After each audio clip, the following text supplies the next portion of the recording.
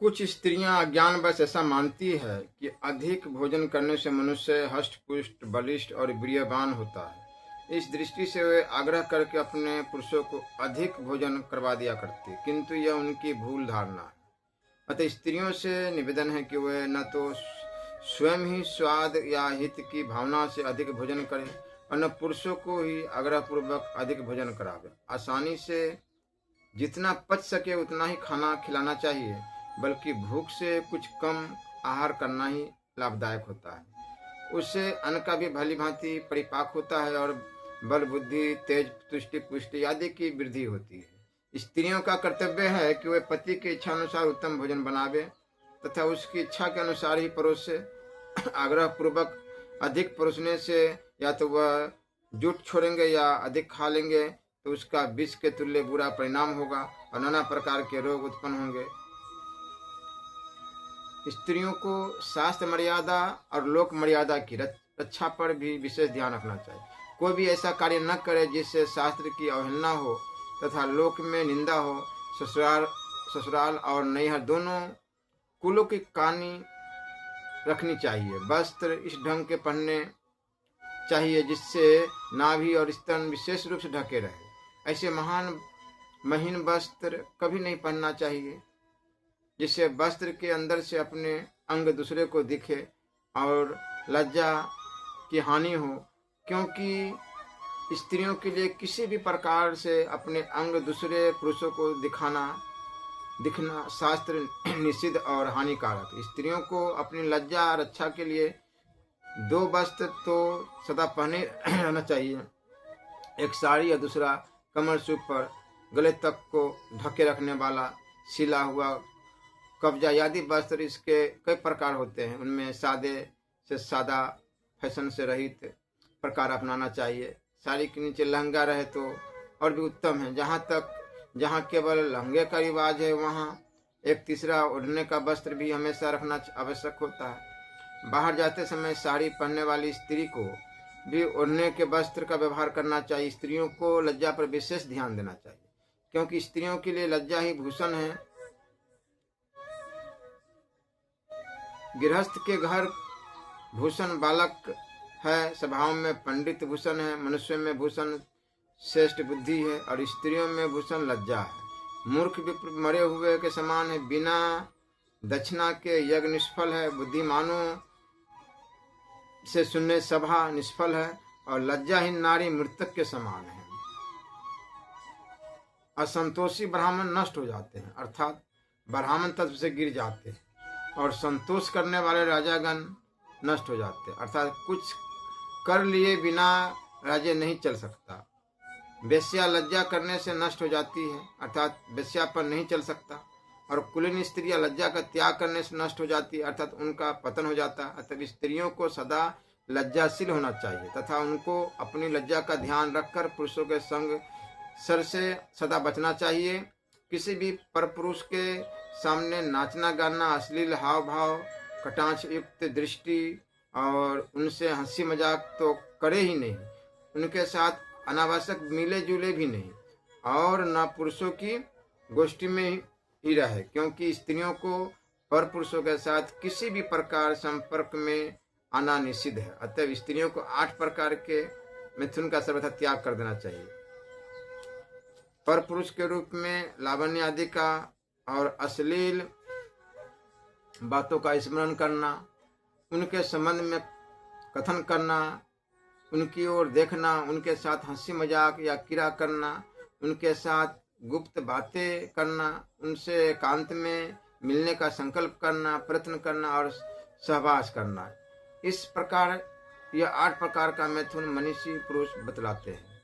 इन 8 से जो रहित है वही 8 लक्षणों वाला ब्रह्मचर्य है। अतः स्त्रियों से प्रार्थना है कि वे पिता, भाई और पुत्र के साथ में भी कभी एकांत वास न करें, क्योंकि इंद्रियों का समूह बलवान है। वह विधान मनुष्य के मन को भी हर लेता है, फिर अबला स्त्रियों की तो बात ही क्या है।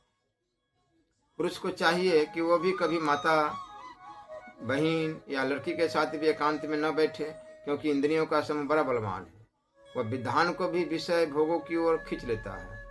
जिस न्याय से पुरुष के लिए माता बहन और लड़की के साथ एकांत में बैठने का निषेध है, उसी न्याय से स्त्री के लिए पिता, भाई और पुत्र के साथ एकांत में बैठने का भी निषेध समझना चाहिए।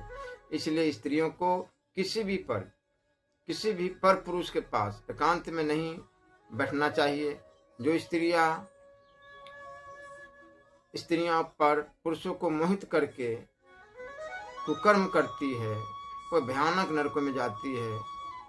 वे विचार करने से स्त्री की इस लोक में निंदा होती है और मरने के बाद वह श्यार योनि में उत्पन्न होती है तथा बुरे बुरे रोगों से पीड़ित होती है। जो दूसरी स्त्रियों को कुकर्म में लगाता है, वो तो उससे भी बढ़कर पाप की भागनी होती है। पक्षांतर में जो स्त्रियां दूसरी स्त्रियों को कुकर्म में हटाकर अच्छे रास्ते पर लाती है, वह पुण्य की भागनी होती है। अतः स्त्रियों को चाहे कि वह न तो स्वयं कुकर्म करे, न किसी को कुकर्म के लिए सम्मति दे, बल्कि कोई कुकर्म करती है तो उसे समझा बुझा कर कुकर्म से हटावे। स्त्रियों को पुरुषों के आज्ञा के बिना कभी घर के बाहर नहीं जाना चाहिए। कहीं जाना हो तो घर वालों के साथ या घर वालों की आज्ञा लेकर ही जाना चाहिए। चलने में बहुत तेज चाल से नहीं चलना चाहिए। घर में घर के दरवाजे पर न बैठना चाहिए और न खड़े रहना चाहिए तथा न झरोखा और खिड़कियों से ही पर पुरुषों को देखना नहीं चाहिए। दुष्ट पुरुषों के साथ कभी बातचीत भी न करे। किसी को गाली न दे। अमृत के समान हित भरे प्यारे वचन बोले, क्योंकि सुनने वाले को गाली विष के समान लगती है और मीठा वचन अमृत के समान। गाली देने से देने वाले के कोई लाभ नहीं होता, बल्कि उसके तप का तथा वाणी की पवित्रता का नाश होता है। अतः किसी को गाली देना स्वयं अपनी ही हानि करना है। गाली देने पर झगड़े हो जाते हैं, मारपीट हो सकती है और आगे चलकर मुकदमे मामले भी चल सकते हैं, जिनमें धन, धर्म, स्वास्थ्य और इज्जत आदि की सब प्रकार से हानि होती है। और अंत में जब बुद्धि ठिकाने आती है तब पश्चाताप भी करना पड़ता है। परलोक में नरकादि भोग तथा बुरी योनियों की प्राप्ति होती है।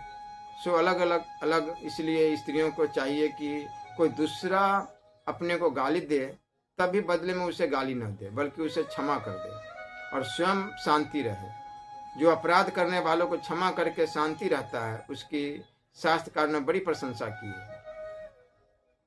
जिसके हाथ में शांति रूपी तलवार है, दुर्जन उसका क्या बिगाड़ सकता है। जिस प्रकार बिना घास की जगह पर गिरी हुई आग जलाने के लिए कुछ भी न मिलने के कारण स्वयं ही शांत हो जाती है, उसी प्रकार शांति रखने वाले का बैरी भी कुछ नहीं कर सकता, बल्कि स्वयं ही शांत हो जाता है।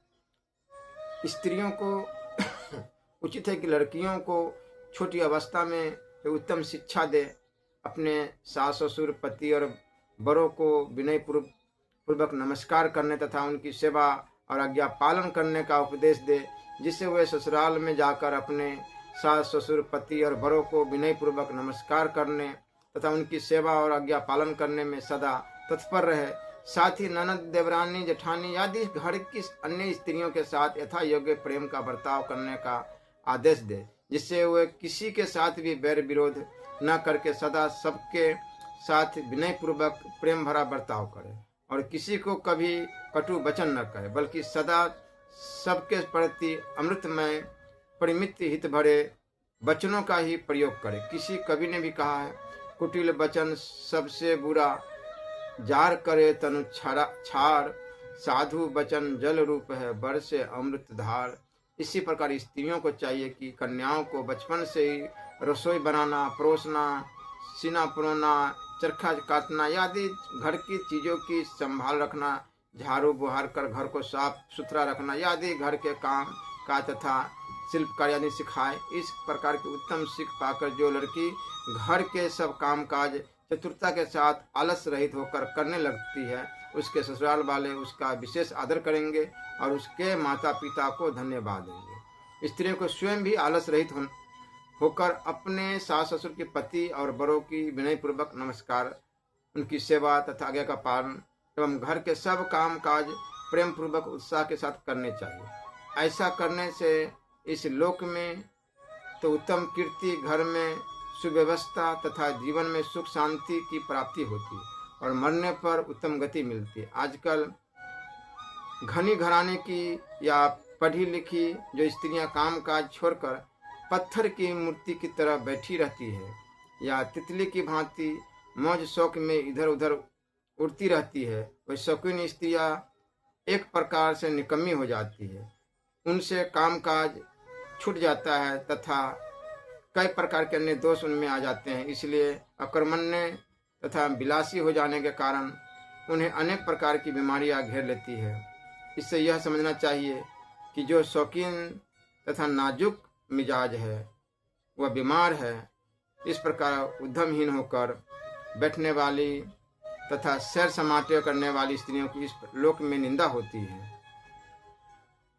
मरने पर दुर्गति होती है। अतः सभी स्त्रियों से प्रार्थना है कि वह सदा अपने कर्तव्य कर्मों को में मन लगाकर करे। इस प्रकार अपनी सास और माता को जब घर की बहू बेटियां गृह कार्य में तत्पर और बड़ों की सेवा करती हुई देखेगी तब उनका गृह कार्य और बड़ों की सेवा में प्रेम होगा, क्योंकि जो कार्य बड़ों को करते हुए देखा जाता है उसका बिना सिखलाई घर के बालक बालिकाओं पर असर पड़ता है। अतः समझदार स्त्रियों का कर्तव्य है कि वे स्वयं शास्त्र की आज्ञा के अनुसार आलस छोड़कर उत्तम से उत्तम कार्य करे, जिससे बिना सिखलाई ही बालक बालिकाओं पर स्वाभाविक ही अच्छा असर पड़े। इस प्रकार स्वयं आचरण करते हुए उनको शिक्षा की बातें कही जाए तो उनका बहुत ही अच्छा असर पड़ता है। श्री राधा वल्लभ लाल।